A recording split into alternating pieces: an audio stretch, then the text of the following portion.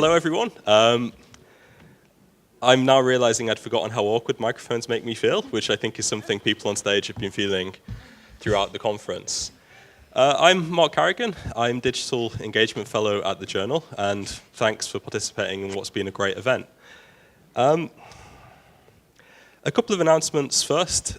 We have lots of books outside that are on the table at the front, and they are all now completely free, so please take as many as you want, including copies of the journal. But don't stampede out of the room to do that now. There are lots of them. And secondly, as with other sessions, the speakers and participants today are fine with the session being live tweeted, and we're also going to be filmed. And so to begin with, today's session has a twofold purpose. It's something that's intended as a celebration of the paper that won our prize for outstanding scholarship last year. But it's also intended as a counterpoint to the opening session, a continuation of the discussion, and an elaboration on some of these themes. And it can perform both these roles because this incisive and powerful paper, authored by Val Gillies, Ros Edwards, and Nicola Horsley, speaks with such force and insight to the themes that are animating the conference. Unfortunately, Ros can't join us today due to illness, but we're pleased to welcome Val and Nicola for a discussion about this work. The format for today is a fireside chat, in case the notion of the fireside chat on the program was slightly confusing. This is something that's quite common at technology conferences, but as far as I'm aware, has yet to really be used in academic events. And like everything else, it's an experiment, and it might not work, but we'll see. The idea is that I'll have a conversation with Val and Nicola about this work, as well as the larger project of which it is part. Then our editor, Marie-Andrée Jacob, and trustee Roger Burrows will offer some reflections before we open out the discussion to include the audience in as natural a way as is possible in a room this dark and imposing. The prize-winning paper is Brave New Brains, Sociology, Family, and the Politics of Knowledge. And it's an exploration of how the impulse towards dialogue and collaboration with the life sciences might inadvertently buttress a circumscription of sociological horizons, because the theoretical and methodological trends of the decision that we're talking about, they flow downstream through the mediation of social policy and social intervention. I was an immediate enthusiast for this paper when I read it, in spite of the relative unfamiliarity of the subject matter to me. I'd been familiar with the biological as a recurrent question in sociological thought, but the biosocial was something quite new. And I was interested in how this came up in the paper, and particularly how it was explored beyond the historical, beyond the philosophical, but also incorporating both of them. And what I found so gripping about this elegantly written paper was its capacity to retain these levels in the same frame of reference while expanding beyond them.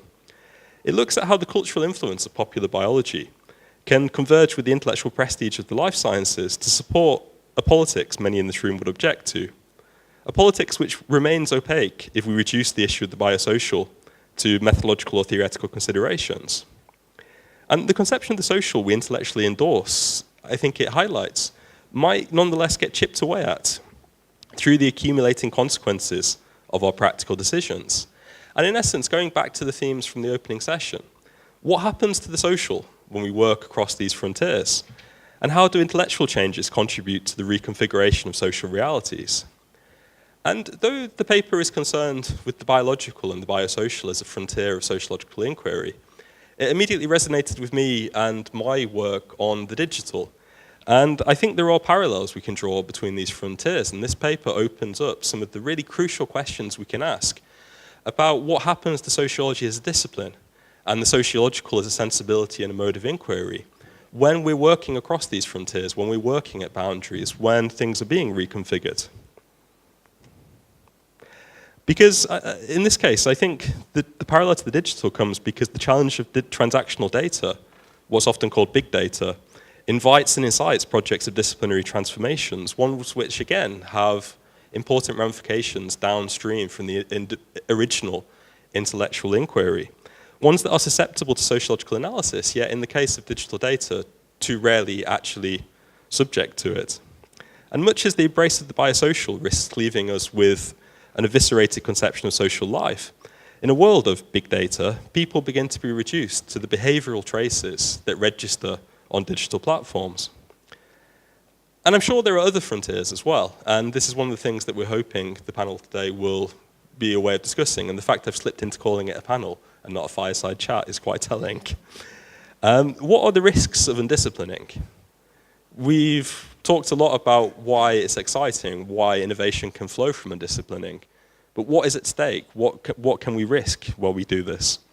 How might adaptations to the realities of work across boundaries leave us underselling ourselves or failing to value the intellectual contribution of disciplinary legacies and disciplinary archives? Can we retain an honesty about the political economy we work within, recognizing how the incentives we confront and the values we embrace both shape our intellectual trajectories? And the one that perhaps fascinates me most on a personal level, how do we remain aware of the downstream consequences of our work? How do we extend ethical considerations of reflexivity into a more expansive sense of the political economy we're contributing to for our work? How do we remain clear about the character of the social and the consequences of conflicting conceptions of it that we find at these frontiers? And do we need to defend the social in some way? And if so, what social are we defending? Because as we discussed at the start of the conference, sociology as a discipline doesn't have a monopoly on the sociological. But what happens when the disciplinary interests of sociology might lead sociologists to take action which is detrimental to the sociological? In other words, what's good for the discipline in terms of funding and prestige might not be good for the project of understanding social life.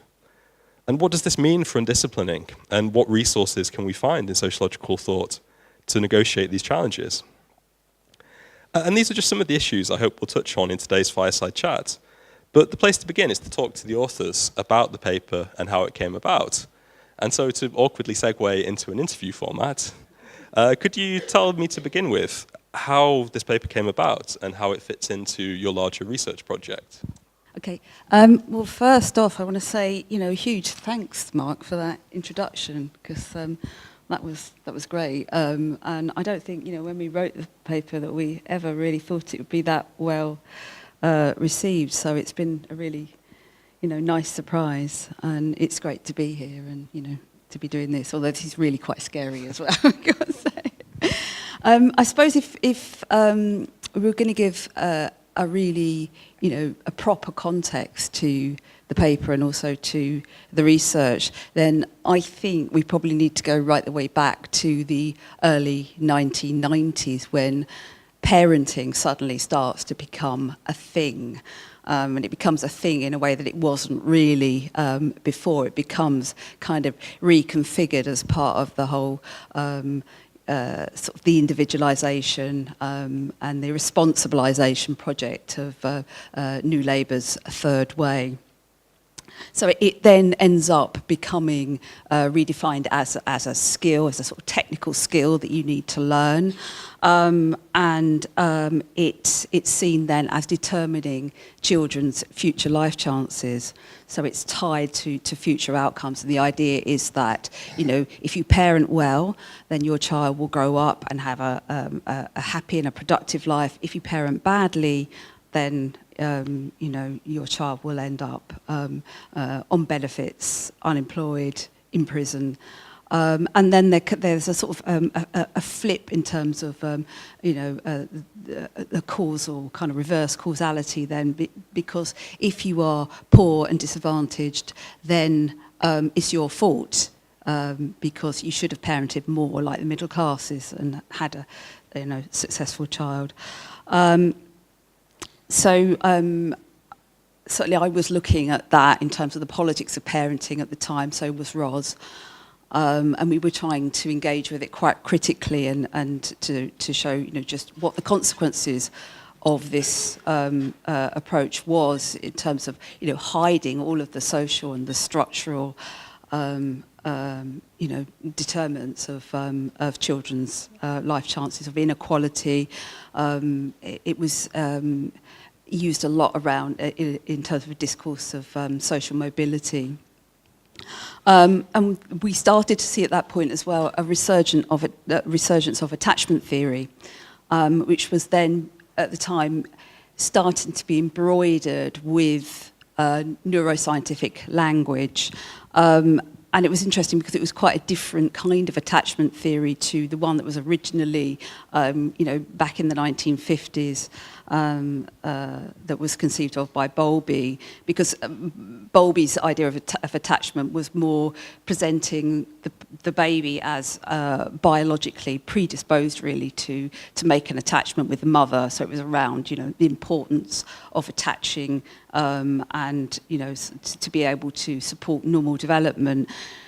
The re-articulation of attachment at that point became suddenly much more fragile and dependent on the mother actually making sure that the baby attached in an appropriate way. So it was very dependent on what the mother did in terms of, maintaining the right level of eye contact, singing to the baby, talking to the baby, and making. And it was seen as risky because it was very easy then for babies to fail to attach, and then that was being articulated in terms of having effects on the baby's brain. So we were seeing all of this unfold, but it really accelerated and exploded after 2010 when the coalition government came into power, and the whole tone kind of changed as well. It was very much a policy fixation before that by New Labour, who saw it as part of their social mobility strategy and their attempts to tackle social exclusion. But when the coalition government came in, it was also articulated around dysfunction and preventing dysfunction. But we were quite shocked at the speed of it in terms of how it penetrated so deeply into the training and the mindsets of practitioners across a whole range of children's services. So we're talking about health visitors, midwives, social workers, teachers, children's centre workers. So at that point, we kind of felt like we really needed to engage with the kind of science that's being articulated, which we did attempt to do, and were extremely unconvinced by it. There didn't seem to be much substance to it in terms of it. There seemed to be quite a big gap between what was being described and what was being scientised and neuroscience. So at that point, there was a call out from the Faraday Centre for Science and Religion at the University of Cambridge for a programme of research around the uses and abuses of biology. So we applied for that, and we were really lucky to get funding. And that was the project. And so we were looking at it allowed us to do a detailed policy analysis to kind of map the policy use of neuroscience in early years, again, very much associated with attachment. And so we did that. We also were able to go out and interview some of the kind of policy movers and shakers at the time that were really pushing this, at a higher level. They were quite hard to get to. Ros managed to speak to Frank Field, to Andrea Leadsom, who else? Matthew Taylor. I spoke to Camilla Batman-Gelich, who at the time was really, at the forefront of all of this. She was heading up Kids Company and, going around scanning children's brains left, right and centre. But actually they were quite difficult to get hold of because as soon as they got any kind of whiff that we were going to be critical, they wouldn't talk to us. But we did that. We also spoke to practitioners as well because we were interested to know just how they were interpreting this, whether they were critical of it, whether, how was it implicated in their practice. So we also spoke to a range of practitioners. And that, that's when Nicola Nicola was sort of employed as part of the project and was brilliant. So I suppose around about that time, we were then observing the sharp end of the biosocial, if you like. And then we were seeing a kind of flurry of papers within sociology, making a call for sociology to become further entwined and synthesised with biology. So from our perspective, that was quite problematic. So, I mean, that's the sort of the genesis of the paper, really. Do you want to? Yeah, just to say a bit more about the practice level as well, because I suppose this fireside chat is, we're talking about defending the social, and I suppose the assumption is that we're talking at a sort of a higher level of theory. But also, I think one of the big surprises of the project was how entrenched the biological term was in practice as well, and how compelling it was for practitioners, and how it gave them a real kind of affirmation of the work they were doing. Obviously, you know, their drive was to help young mothers, and they were kind of being fed this this biological spin that really, you know, it was all in the materials they were given to teach these parenting programs. They did little sort of tasks with the mothers where they would, was it pipe cleaners they would use to like demonstrate how synapses formed and things. So this wasn't just something. Yeah, they were. Oh, what was the other thing? Drops of water every time. Oh, yeah, that was it. Dropping Alka-Seltzer into water to demonstrate. Oh, that's your baby's synapses firing as they're created and things like this. So this wasn't just sort of something that informed the program. It was right there in the program, in mother's experience of the program as well. So I think. At the practice level as well, the idea of defending the social, like the social, wasn't good enough to sort of engage with people. You had to have this biological element as well. I think that's worth mentioning. You talk about this in the paper in terms of the life sciences being funneled through a neoliberal politics of the social, and I thought this notion of funneling was really important. So things that may be evaluated one way in an intellectual sphere, nonetheless, as they travel and they influence policy and practice, they start to take on a different tenor, nuance gets lost, certain existing agendas become tied up in them. Could you say a little bit about this kind of funneling process? And to what extent do you think this is part of the sociological suspicion towards the life sciences? Because, you know, I came to your paper as someone who doesn't share that suspicion, but nonetheless became very concerned in a way I'd not really thought through personally previously once this dimension of practice came to life. Do you want to? Okay. Well, I think actually, I'm going to question the premise there about sociological suspicion. I mean, in a way, we wrote the paper because there didn't seem to be enough sociological suspicion of the biological. I mean, there was no kind of resistance as far as we could see, or no, you know.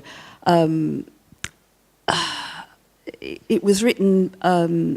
Certainly, the calls at the time were arguing that this was a progressive new direction, and we could see, you know, a whole heap of problems with it, but nobody seemed to be responding at all. But one of the kind of rhetorical devices that seemed to be used in a lot of those papers at the time was that sociologists are basically biophobic, and this is, you know, deeply problematic and it has to be challenged.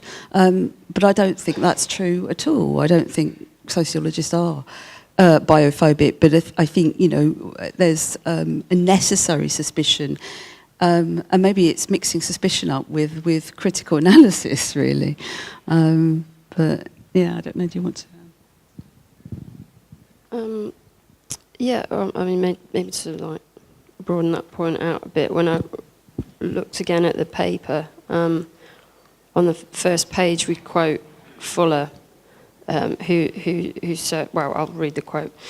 the thing that made eugenics so scary was the idea that this was a kind of esoteric form of knowledge that scientists, in collusion with the state, might use to somehow mastermind getting rid of certain classes of people and introducing another class of people. We really don't live in that kind of world anymore. And so, yeah, it was kind of like, well, calm down. You know, it's not, don't throw the E word around. It's not eugenics. And I think that complacency of we really don't live in that kind of world anymore. I mean, since we wrote this, since the project ended, you know, we've had the migrant crisis. We've got Trump's policies that apparently he's just done a U-turn on because it's not very popular. I mean, we've had Toby Jones appointed as the head of the office for students after he writes. Toby, who's Toby Jones? Oh, he's an actor, isn't he? He probably would have done a better job. Sorry, Toby Young. After, you know, while he was writing openly eugenic articles, so to say, oh no, that's all in the past. I mean, yeah, right now in Britain, of course, like to be that complacent and say the horrors of the last century are over and we can totally rest on our laurels is just crazy. You know, the other thing as well, that we had this sort of sense that the theorists that are writing the papers, the call for the biosocial synthesis, were kind of occupying almost like a pure space without the encumbrances of real life, I suppose. And that downstream and upstream distinction, that came from Nicholas Rose. And we felt, you know, that was quite a dangerous thing to do, to say, you know, let's move away from the downstream. Because as soon as you do, that's when you lose sight of the way that it's actually being used to really hurt people and harm people. And your analysis of early years intervention, I felt, was a key part of your critique of that complacency. Could you say a little bit more about it and what lessons you drew from it? Yeah, early years. Okay, so early years intervention is quite a sort of powerful policy trope that assumes that the root of pretty much all social problems lie in childhood development. So it's the sort of logic of it is that you can identify and then head off social dysfunction through targeting. You know, you identify who's at risk and then you target them for particular kinds of intervention. The way it's described is often as this sort of, it's seen by many people as quite a progressive thing, so it doesn't tend to attract much resistance, really, and we found it quite hard, in fact, to argue against it, because it's just seen as it's good, you know, it's just a social good, you know, because it's about helping and supporting families. So we argue that it's actually very little to do with helping and supporting families, and it is more about surveillance and often very muscular, punitive intervention. And I think, you know, Lisa's paper yesterday really highlights what the consequences are often at the end. I mean, the kind of neuroscience attachment stuff is, you know, it's right in there at the family courts. It's used to argue to remove children from their parents, and it's happening at an alarming rate. I mean, we're in a situation now where 1 in 5 of all children are now subject to a child protection investigation, and we've got record numbers of children in care. So I would argue it's not remotely progressive. Yeah, sorry. I've covered it, I think. And I think that's such an interesting and worrying example to think through, because it raises the question of how we retain a notion of the social that adequately traverses this intellectual sphere, but also the complexities, ambiguities, power relationships of the social policy space. And I think now if we could turn to the respondents. So would you like to go first to offer a few thoughts before we branch out into an open discussion? I will say a few words. I want to keep it short. If I had to use one word to describe the paper, I would say it's a warning. It's a beautifully written, stern and ruthless warning. It's quite a devastating read, and I remember last year in the committee for the paper prize, one of the members of the committee had said that you take us on quite a ride with that paper. It's a hell of a ride. It has very fast rhythm. It's a great paper.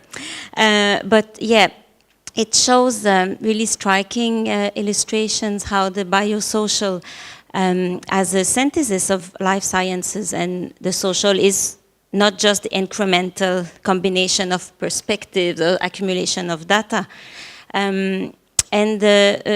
It seemed like this cutting edge, the biosocial had seemed to brand itself and had succeeded to really especially in policy circles, but I hear also in sociology, to distance itself, extirpate itself from the old eugenics and from sociobiology, and that it had nothing to do with eugenics.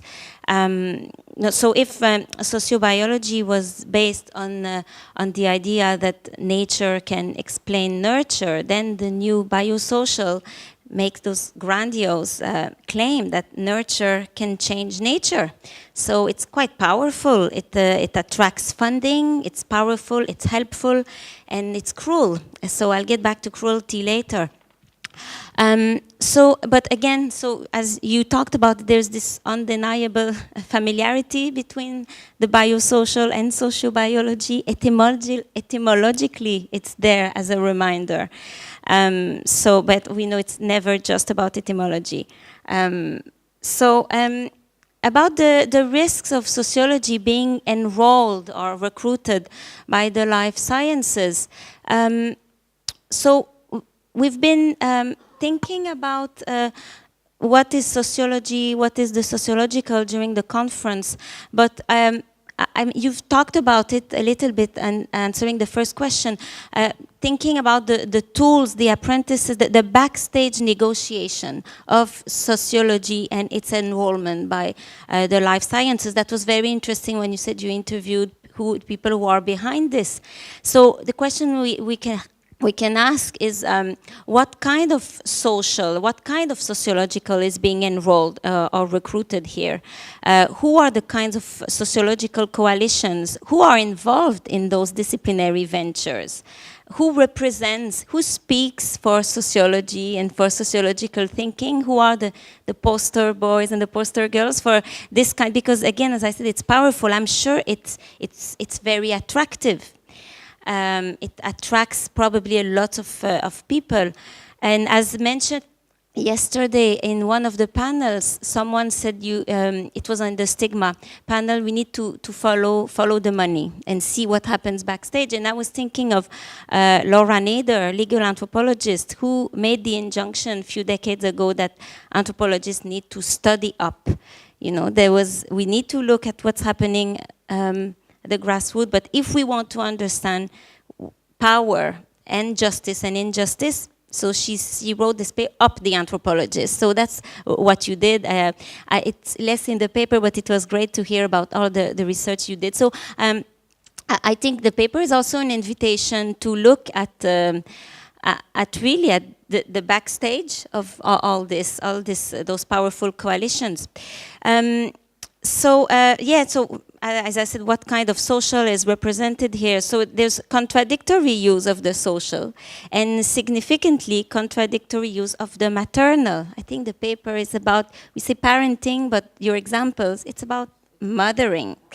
So since it's a fireside chat, I think it means we can read a little bit. So I just want to read at some point in the paper, you write significantly, while animal behavior is anthropomorphized to convey the policy implications of epigenetics generating rat mothering practices, the humanizing language of family virtually disappears in prevention science, with mothers depicted instead as primary socialization agents. So it flips, right? So very contradictory. We talked about the social, but the maternal here is... as a final thing, I want to finish by talking about the language of the paper. I read it last year, really enjoyed it, and I reread it yesterday.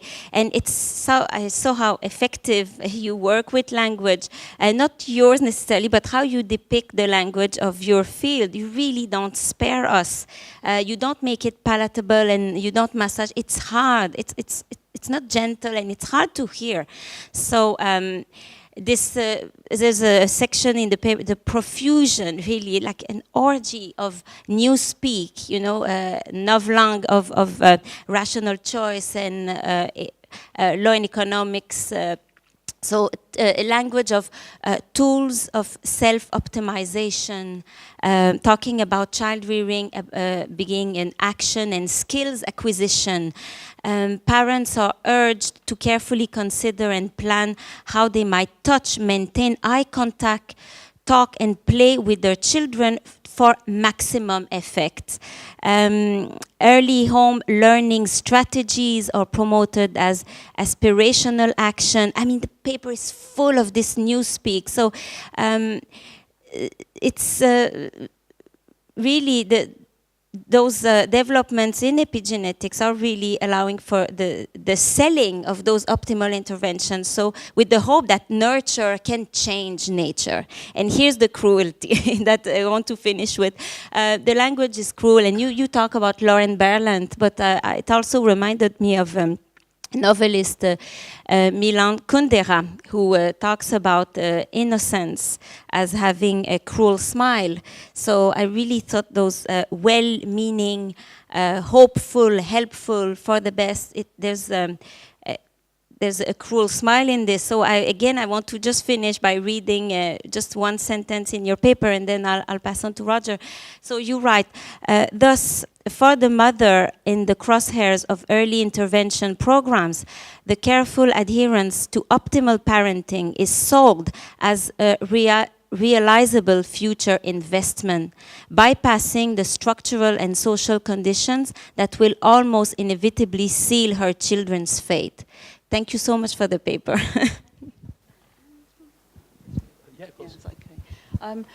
Thank you. That was great. I just wanted to make a point about. Is this working? I just wanted to make a point about the social, because I think we need to acknowledge that the social is a real battleground, really, at the moment. It's a political battleground as well, and it wasn't so long ago that those on the right were actually denying that the social existed in any meaningful sense at all, outside of kind of market choices.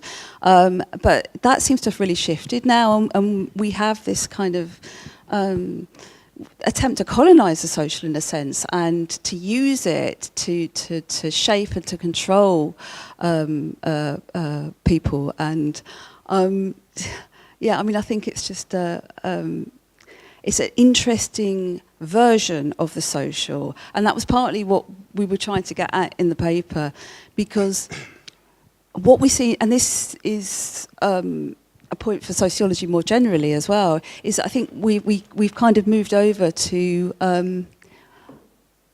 seeing the social as the interpersonal more often than not, and that notion of the social as the interpersonal as the key sort of the individual is the sort of key unit of social life, rather than more collective understandings of the social now seem to really dominate. And you see that in sociology, in the big sociological themes around risk and around identity, and the rise of the cohort study. I think it's a shame, because it eclipses other kinds of socials, which then don't get acknowledged and recognised. And that's what's been so great about this conference, is there's been lots of evidence, of people actually working on more collective understandings of the social. But that's what I want to say. Thank you. I've been brought in at the last moment, so I only just read the paper yesterday evening, I'm afraid. And as often happens when you read something unexpectedly, it often kind of becomes imbricated in other things that you're reading, and you try and kind of make an alignment with them. I was struck by that comment, where do you go when you follow the money? I've been following the money recently out of Silicon Valley, and it's taken me to a dark place, an alternative sociology. And I think I'm going to call it a sociology, but a sociology that we don't really read at the moment, but I think perhaps we should, although it's very frightening, where biological exigencies are foregrounded to an extent I think is horrifying. It's a sociology I would call a form of kind of Deleuzian fascism, and it's mostly associated with a group of people who are neo-reactionaries. The person who's largely responsible for the codification of all of that material is someone called Nick Land, who some of you might have known back in the day at the University of Warwick, when he was a cult leader in a form of kind of Deleuzian Thatcherism, I suppose. But even as far back as 1992, his particular reading of Deleuze, and particularly of a philosopher I guess we all read, or many of us read, Manuel Delanda, has led him to some very odd conclusions and some influence, I would say. Nick Land codifies the work of someone called Curtis Yarvin, who's a neo-reactionary blogger, a blogger who is in love with and espouses a form of kind of accelerated eugenics and forms of misogyny and white supremacism where biological exigencies are foregrounded. And the pulse of accelerated capitalism is celebrated in relation to what it should be able to do in relation to the biological sphere. And that's where the money's gone. The money's gone into the propagation of a set of alt-right philosophies called the Dark Enlightenment. If you want to lose sleep over the weekend, I suggest you Google it and read it. It's a series of documents that draws upon and reads in a very, very kind of odd and frightening way books like The Bell Curve, like recent developments in analyses of IQ and eugenics. And of course, if it were just the domain of the usual crazies, we might just kind of ignore it and put it into our studies of kind of odd social movements. But this is part of a kind of a strategy, a kind of a, what's sometimes called kind of, the Overton window. The idea of actually putting these sorts of ideas into a forum such that you shift the debate. And when you've got people like Peter Thiel putting money into these kinds of organizations underpinned by this kind of philosophy, when you've got people like Steve Bannon reading and celebrating this kind of activity, I'm not for one moment suggesting that Donald Trump knows who Nick Land is, but as was recently mentioned the other day, don't look at Trump. He's a showman, he's an idiot, he's a distraction. And he's there, so we're not looking at who the real people are behind this shift. And this shift is a fundamentally biosocial one. It is a kind of a reimagining of a accelerated form of eugenics, which when you begin to interpret many of the kind of policy stances that are taking place, I think we need to be very, very, very scared indeed. But there's a biological element to all of this as well, because many of the people involved in this movement themselves were parented by people and grandparented by people who are at the very origins of neoliberalism. Patry Friedman is the grandson of Milton Friedman, for instance. And Patry Friedman at the moment is busy using Peter Thiel's billions of pounds to build seasteads, island states, ships moored together in international waters where democracy does not pertain. Exit is the only human right in the exit voice loyalty strategy. These places to be governed by CEOs or worse, monarchs, and not regulated, because we don't want to regulate science, and we particularly don't want to regulate science that involves the sorts of forms of experimentation that most governments in the world would not allow within the biological sphere. So I think this is an incredibly important intervention, and I think some difficult things need to be said. And I think we also need to be clear that the social sciences, including sociology, are deeply implicated in the emergence of some of these new philosophical positions. If I could recommend any book to you, it would be Angela Nagel's book, Kill All Normies, which is an analysis of internet culture and transgressive forms of debate, most of it driven again by a very, very crude, racist, misogynist reading of the biological in relation to the kind of debates that occur. And the sad thing is that many, many more millions, especially Americans, but Europeans as well, are engaging in that form of alternative sociology, alt-soc, if I could call it that, than are reading the Sociological Review. We are, in Nick Land's language, part of the cathedral, part of a kind of an inverted ideological state apparatus, and our function seems to be simply to impede the development of an accelerationist forms of biologically driven capitalism.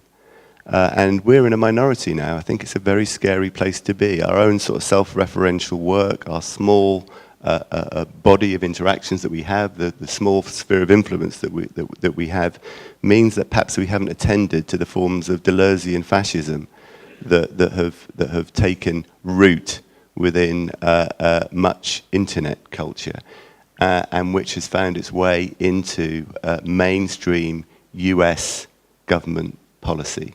So I think there's an urgency here. Our understanding of what biological discourses are being used for and how they're being interpreted within a contemporary neo-reactionary philosophy seems to me to be an urgent thing for us to address. And I think this is an excellent beginning, at least to alert us to how some of this has manifested itself within a much more, if I could say, mild form in terms of social policy developments.